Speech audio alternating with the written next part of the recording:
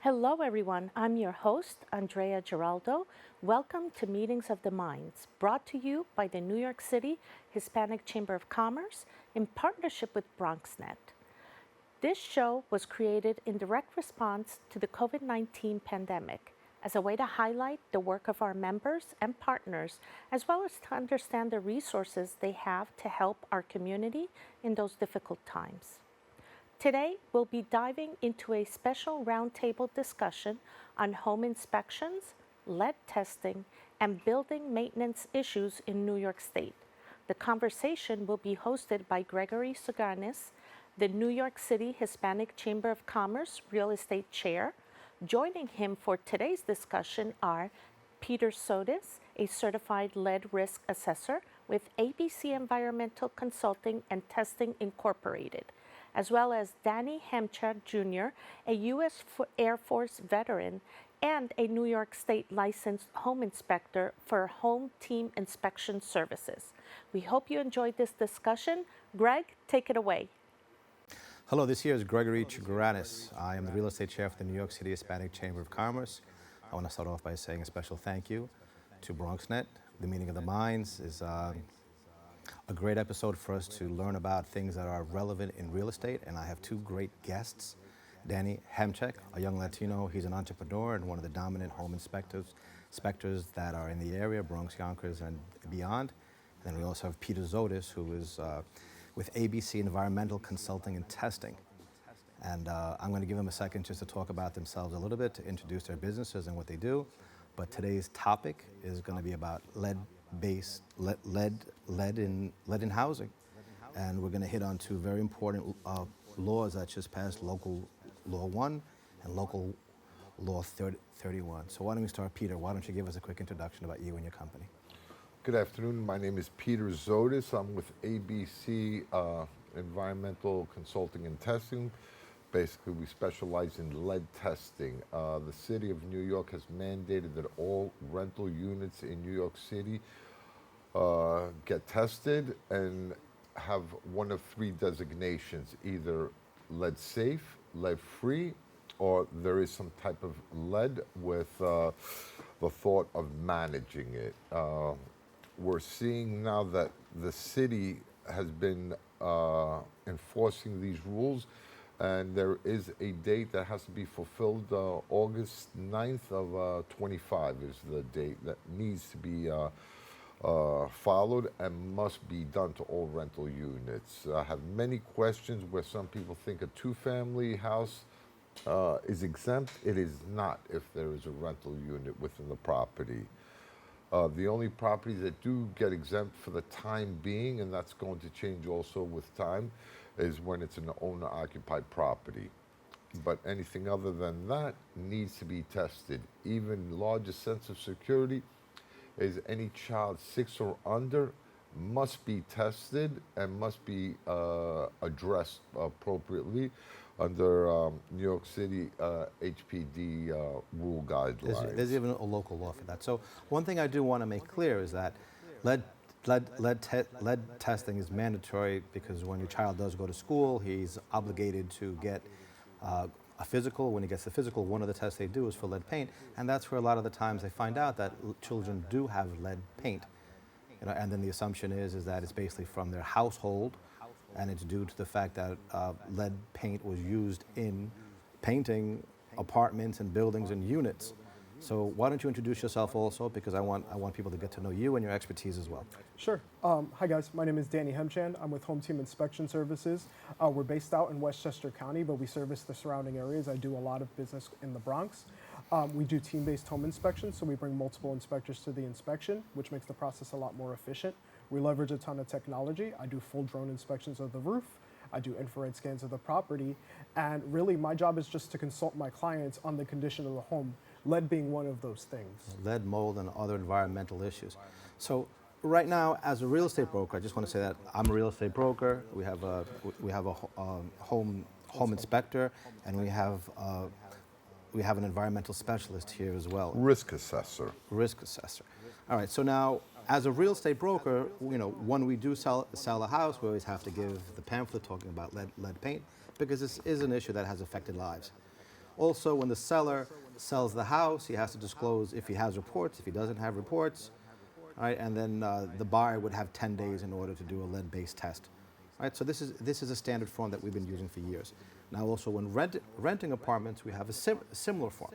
So up until this time, we've really just been asking the landlord, if he has reports, if he doesn't. But now things are going to change drastically because there's some deadlines, and when you do register your rental property from 2s and up, if you don't live in it, one of the questions they ask you relates to have you been tested and other questions that tie into lead paint. So when you register your property, it's not just registering it for the sake of, I'm the owner, this is where I live in the number, but you're basically signing off that you've been tested or have been tested or will be tested. I'm not a lawyer, I don't know all the details. But the point is, it's also a game changer now because with the locals, now they've upstepped the testing criteria. So Peter, do you want to go into it? You bought a nice fancy laser gun here for a reason. Let's hear what it does. Well, HPD has allowed 2 different types of meters. This is one of the 2. It's the PSYOPS X550PB, which is a meter that analyzes up to ½ inch of what's behind your wall or what's in the wall itself. There can go multiple layers of paint.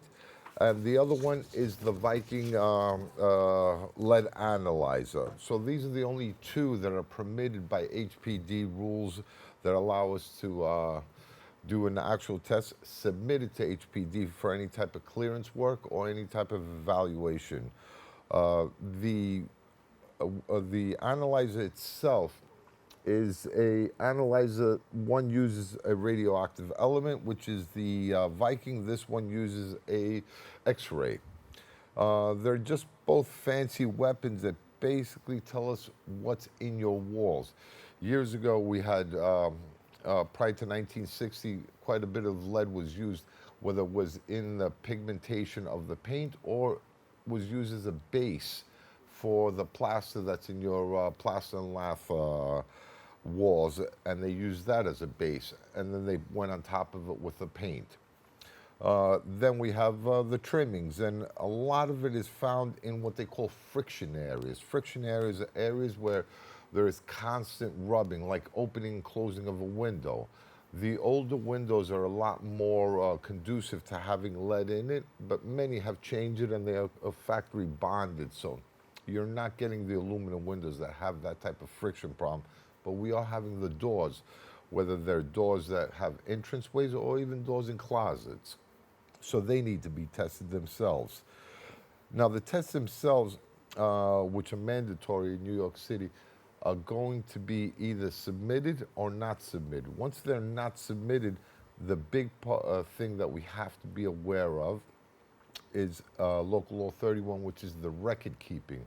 Record keeping is a mandate that needed to be in each property from 2015 and on. We need to have certain laws. The city has put out a series of webinars under hpd.com, and they're called the lead webinars. So anyone that has a building or owns a property needs to look at it because Highly, there's yes. because this is something new. And the fact that there are some deadlines and there's a lot of record keeping that a lot of small landlords don't basically even know about. The HPD actually emails you links to those webinars once you register your property with them. So that is something that they consistently send out, I believe on a monthly basis, correct? Depending on when they do send it out, but at this moment they have a series of them, and I highly recommend everyone watch them. They're very informative. They'll give you the gist of what they're looking for, which is the most important thing, and what records need to be maintained to stay in compliant. Whether you have a lead-free building, lead-safe, or you have some type of lead, and what needs to be done and how the record keeping needs to be maintained. Peter, so let me interject now. I own a 2-family house. I live on the first floor, the main floor, and I rent out the downstairs. What do I need to do in terms of testing when I want to rent that apartment or sell that house? Well, that's 2 different approaches. The first approach I suggest is you need to have 3 surveys. one for one apartment, one for the other. It's not mandatory, the one that you live in. And then the third one is for the common area, which as of September of 24, it became a mandate also that that has to be tested. That's a massive also. point because from what I remember, the interior of the apartment was the main issue, but now it's the exterior hall also. Correct. As a potential place where someone can say that I was lead poisoned, or I was because Well, kids play in the something hallways. hallway. So the Kids fact that play they're in the hallways. That's why. Yeah. I So- grew up in New York City, and I played in the hallways We all of these played in the big. hallways. So we all played in them. All right. So, what is important for the 1 and 2? What is important for the 3s and 4s? And are there different rules for them? And then what about when we go into the commercial, the 6 and up? Is there any distinctions that landlords need to know in order to basically be in compliance and not get hit with violations or penalties? Well, there are two different questions there. One is staying in compliant, which needs to be maintained record keeping under local law 31 from 2015 to 2025. So that's a 10-year period all properties need to maintain if they have tenants in there. And there's a series of things that need to be done, not only the XRF. Many people call up my office and they ask me, how much is an XRF survey? That's one small part of a package that needs to be understood by the property owner. This is a test. What do you do with this test that's produced? Again, the risk assessor needs to be able to guide the landlord, both small and large, and also maintain proper record keeping or teach them how to maintain the proper record keeping for them. Now, So Peter, it's- you mentioned that this law was in effect for the last 10 years, so landlords should have had these records in place for 10 years. Yes, sir. But up till now, HPD really hasn't been diligent in going after people. Do you think that they will start in order to ask? Absolutely, because they're giving us a deadline. Once they give us the deadlines, then we're exposed tremendously to HPD, New York City's HPD guidelines. And that's why the webinars are so important for smaller guys like ourselves to So really educate ourselves. Part of what we're doing here today is go onto the HPD website, look at the seminars, and reach out to your professionals like your home inspectors or to your environmental specialists and be aware of the laws that you should be in compliance with and that you might and that you will be need to be in compliance with in the future. Oh, absolutely. And in fact, it's going to get stricter and stricter, especially with buying and selling a property, because now, as of August of 2025, we have all these records. And we're admitting or we're not admitting that we have a hazard. Up to this point, we didn't have to do that. What's the remedy? So now, someone comes in the house and they basically have a building or they have a house and they find out that there's lead bait. And now it's not just the skim coat test where they take the little coat and they test it, but they go deeper into the That's actually wall. a chip sample. That they don't do that as much anymore because these PSYOPs guns are inconclusively proven to be 100%. So they When don't are you have that. mandated to upgrade from the chip test, as you said, or the skim test up to the laser gun that goes into the wall 5 Now. So this is kind of a new requirement. So a lot of people now will be finding Not out. so it's more stringent at this moment. It's not that it's new. It's But been now around people for are a going to while. have to be dealing with the fact that now they found lead paint because it's a higher test criteria. Correct. All right. Now, how do you remediate that is the question. What's the average cost? What do you want to educate the public so that people, if they do find lead, because now it's mandatory to test with the higher category of tester, which is the laser gun, right? What's the solution? It's an XRF, so it's an X-ray gun. The solutions are, truth be told, do not be so price conscious on the person doing the test, because they could truly guide you down a rabbit hole or a area where they really understand both construction, they understand the test, and they understand how you're going to either alleviate the hazard, maintain the hazard, or correct the hazard that exists. So we're always looking at different variables on different properties. Some of the more older properties are not always completely subjected to so much lead because over the years many things have happened, So renovations. painting over the existing paint and containing the older painted wall is not an option anymore because it's going to go through that layer of lead paint. Is that Well, correct? not that it's not going to detect it, but that might be your only option. If you have people living in it, it's called maintaining a property to stay intact. Okay, so what is the solution if they find lead in your hallways, in the apartments that you rent, or in the home that you live? Is it just a simple paint job? Is it basically That's a case-by-case basis. putting sheetrock over the existing That's a case-by-case basis. pieces, or is it actually taking all the sheetrock off and rehabbing the apartment? It's not an issue of removing the sheetrock, it's removing the plaster that exists there. That's where the true violation exists. That's a case-by-case basis. That's why I always tell the people or my clients out there, don't be so concerned with $100 or $200 variation in your test. Make sure the person understands the business of construction, and then making the test work. And what do I mean by work? There's certain things that you're limited to in doing certain things. It's not illegal to have a building or a property that has lead in it. New York City has known a million apartments might have this type of issue. It's what we're going to do is to keep everyone safe, especially the children. Now, people that reside in there might have a child, but at the same time, if grandma looks at the children after school more than 2 hours a day, there is a thought that that child resides in it also because of the time duration that it's exposure within the property. So that also is a residency for the child. Okay, also, one of the forms that you sign off on the lease is that they ask if you have a child that's under 6 years old. Besides the window guards, they also talk about, for lead paint issues. Now, do note that if you're a landlord and basically a child goes to school and he's tested, or he goes to his doctor and he's tested because he has to get his registration for school, I've seen as a realtor where landlords have had to put the individuals up in hotels. Oh, yes. And then they had to basically redo the entire apartment, or at least mitigate the lead to a certain point. So it is an issue. It opens up landlords to liability, and it also opens up people to individual sicknesses that they could attain by the child eating the lead-based paint or absorbing it. All right, so I just wanted to put a beacon out there. We're not going to be able to solve all the lead-based, all the lead-based issues out there, but I want landlords to be aware of it because what is it called? Ignorance of the law doesn't protect you from the law. Correct. And there is going to be an upgrade in the testing needed, and also the recording that needs to be done if you own a building with lead paint. And the penalties are severe. Now, what are some deadlines that people should know about?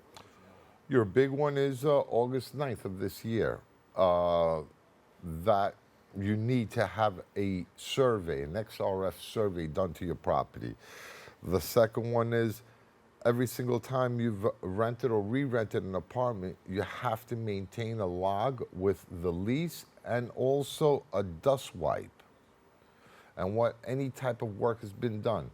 Have you acquired the property within that 10-year duration? There are provisions in. Now, what if you haven't done that? What if I'm out there, grandma has a 3-family house, she speaks a foreign language, which is very much the case, or grandpa. Sure. And all of a sudden now they need, they're seeing the show, they're hearing, every time I rent the apartment, I have to get a swab, right? But you haven't done that since the time it was imposed, which was almost a decade ago. What is your solution? Do you just start right away? Like what do you advise that individual? This is where a true risk assessor shows their talent and understand how to work within the constraints of the law, and also understand many other things available. That's an individual basis, a case-by-case basis again. Yeah. Okay, now I want to switch over because we do have some expertise here from Danny, and we've talked a lot about the lead because I think it's something very serious. I think it's going to change the face of real estate. It's good to have all these protections, but also what do you do when most of the buildings, especially in the low-income neighborhoods in the South Bronx, they were built prior to 1960. I see deeds from 1890s, right? So a lot of these people, this is their inherited wealth. This is what they want to pass on to their children. All right, but now the home inspection is the beginning process because before you buy the house, you have to do the home inspection. So we have a few minutes left. I'd love you to talk about some insights you want to bring to the table with your expertise and knowledge. Yeah, sure. So while we're inspecting homes, we're typically looking out for any obvious signs of lead. You know, the testing that Peter does over here is very, very specific. Ours is more of a generalistic type of approach. There are very common areas where we typically see lead-based paint. Traditionally, as Peter mentioned, around windows, those high friction areas are definitely areas where we very commonly see at least evidence of lead-based paint, paint chipping, those sorts of things. Definitely paint damage, almost always paint damage, especially in the old wooden windows. And then also just certain other areas, water damage can also cause that lead dust to be released in that fashion. So while we're looking through the home, we're doing those sorts of things. Water damage is actually it's a very common way to release that lead dust. And what we try to do is we use our infrared cameras to uncover any sort of hidden leaks to try to nip that in the bud as soon as possible, as well as, you know, our job as home inspectors at the end of the day is really to consult our clients on the current condition of their home. So if there is hidden defects and hidden damage, we want to try our best to highlight that for them so that they can make the most informed decision they possibly can. Now, two of the reasons why I like to use you, and our office does use you a lot, is you do have some warranties. A lot of other home inspectors don't. Yep. And you also do the testing with the lead, with the eye that goes down into the main sewer of the house, if I'm not mistaken. Yeah. So you're talking about a sewer scope, right? The sewer scope. So the sewer scope, because Yep. a lot of times, and I do encourage, you know, that is an issue because in the older houses, a lot of times, you know what, the sewer to the main street is broken or it breaks, and all of a sudden now you're on the hook unless you get the insurance. You have the scope that goes down and looks at it. Yes, we do. So tell me about those two special features. We got about 3 minutes left. Sure. So with our warranties, we cover, it's a 90-day period. It starts on the date of the inspection. And the main things that it covers are the structural, the mechanical. It covers the sewer, as you were describing. It covers mold, and it actually covers the roof for 5 years. So what we're doing specifically with a sewer scope, and I guess the great thing about doing a sewer scope is it extends the warranty period from a 90-day period to a 6-month period, is we're putting a camera through the main waistline of the home, and we're looking for any defects that we're going to see through there. So think tree roots growing through your pipes, think old cast iron, right, in humid soil, cracking over time or scabbing. Those sorts of defects are the ones that we're trying to identify with a scope, and if it is damaged, consulting the client prior to them closing so that they have the opportunity to bring it to the seller. Now, if for whatever reason something happened after the inspection, that's when the warranty period actually kicks in. So it actually protects our clients. If I do a full sewer scope and everything looked good at the time of inspection, but 4 or 5 months down the line, a tree root has grown through, or maybe it's unlikely that a tree root will go through. A crack occurred in the main waistline. That would be covered, the repair would be covered with our warranty. Right, So it's just an additional way to protect. Every 6 months to a year, I always have have the special guy that comes with the snake, Yes. snake it out all the way, and you'd be amazed at how little roots start growing and getting into the pipes of, And of I the think building. people- So that's something I recommend, if I can recommend without getting into trouble or anything, but definitely do, you know, on an annual basis, clean out your main drain pipe. Take out that service, and when you do the home inspection, get a home inspector who has the eye at the end and can go down and look at it. And I also am in favor of always getting the insurance now, especially most of our housing stock is older in the city, so it's a wise thing to do. I don't think it's DEP that does it, but they have a company that they're aligned with. What is your recommendation in terms of getting that extra insurance with the DEP certified company? Do you have a perspective on it? Yeah, I do. So I just think in general it's a good idea. Like, even if you don't go the DEP route, a home warranty I think is always a great idea, especially on an older property. It covers various things, including the appliances of the home. There's plenty of times where I've had clients in the past leverage that to do roof repairs or mechanical repairs. It's just an additional protection. So, you know, our warranty only can cover for about 6 months. I mean, the roof is 5 years, but a home warranty extends much further than that. And so it would be worthwhile to make that investment as an additional protection. Okay, so we have about a minute left, so I want each of you for 30 seconds to repeat your names, your companies, and how they can contact you. And I thank you for all the wealth of knowledge that you've given us today. And I hope everyone takes this information and basically, if you own a property, if you live in a property, be aware. All right? Danny. Sure. Thank you guys so much for having me. You could find me at hometeam.com/Westchester, on Facebook at Hometeam Westchester, or on our Instagram at hometeam_Westchester. Peter? Peter Zotis, ABC lead test, 718-777-8383. 718-777-8383. We specialize in violations. Let us help you. So let me just say that this is important. We always talk about intergenerational wealth. You don't want to be stuck in a position where you have a property that's lead infested, and you know what, it becomes a non-mortgageable asset, and there's also an insurance component to it. So we got 30 seconds left. Peter, you want to talk about the insurance aspect of this as well? The insurance is the driver of all these laws that have changed. The biggest culprit is New York City Housing Authority, but unfortunately the smallest homeowner, which might be the elderly or the minorities, will be affected the most. Take care of it before you have a problem. Yeah, that's it. Take care of it before you have a problem, and protect your assets. Thank you for your time, and it was a pleasure having both of you on today. Thank you. Thank you. Give me Once again, for more information on Gregory Sugranis, Peter Sotis, or Danny Hemchat Jr., you can email them, visit them on social media, and you may also visit their websites. Unfortunately, that is all the time we have today. I want to thank again our guests, Greg, Danny, and Peter, for joining us, and you, our viewers, for tuning in and checking us out. Keep following BronxNet TV for continued coverage. If you're not a member of the New York City Hispanic Chamber of Commerce, you can visit us at hispanicchamber.nyc. Once again, that's hispanicchamber.nyc. You can also engage with us on LinkedIn at New York City Hispanic Chamber of Commerce, all spelled out. And I'll see you next time for another episode of Meetings of the Minds in partnership with BronxNet TV. See you next time. Ciao, ciao.